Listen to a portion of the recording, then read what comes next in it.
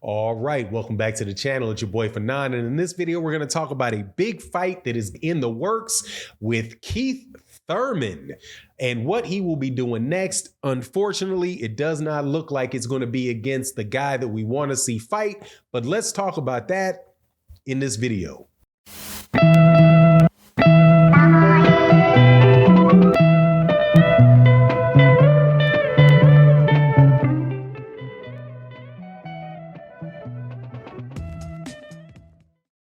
All right, welcome back to the channel. It's your boy Fanon, and in this video, we're going to talk about Keith One Time Thurman and what is next for One Time, and that apparently is a fight with Erislandy Lara. At least that's what they're saying. He is saying is in the works. Now, before I get into that though, let me welcome you back to the channel. If you are a longtime subscriber and supporter, thank you so much for your continued support on the channel.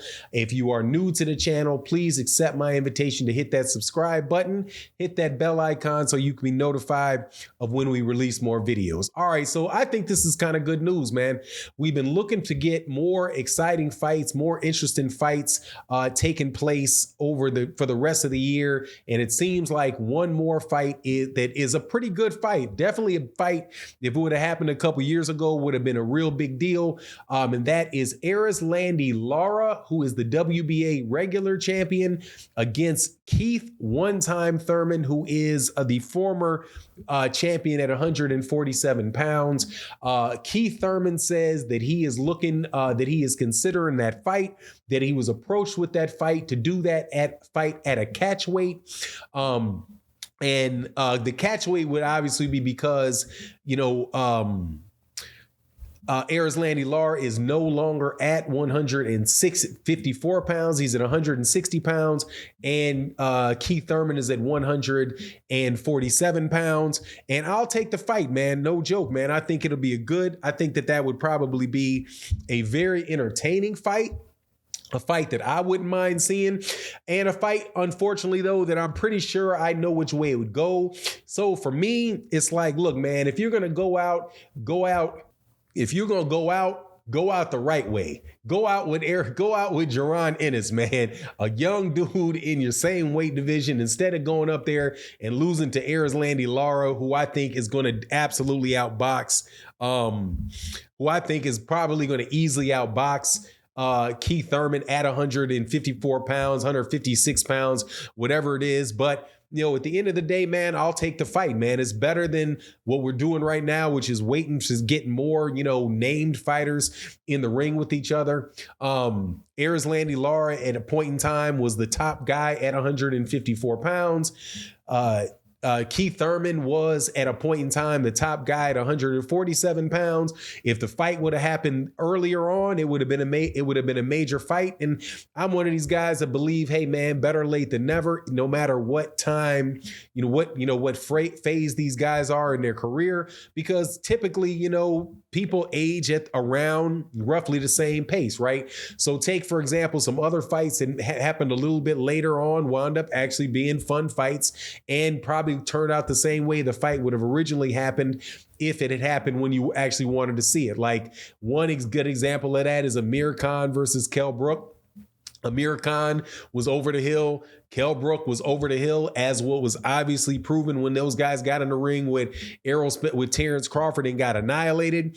That fight was well past its prime, but when the two guys got in the ring, it was an entertaining fight, man. And I was appreciative to have been able to see it in a less extreme manner as far as like the amount of time it took a fight to happen. You can look at the Floyd Mayweather Jr. Manny Pacquiao fight. That took a long time to develop, but at the end of the day, was happy to see the fight, happy to see that it takes place. So I'll take this Keith Thurman Erislandy Lara fight for sure. Does that mean though that from this point on though that Keith Thurman is probably going to be done with 147 and he's going to be up at 154? I have a suspicion that that is what it's going to turn out to be.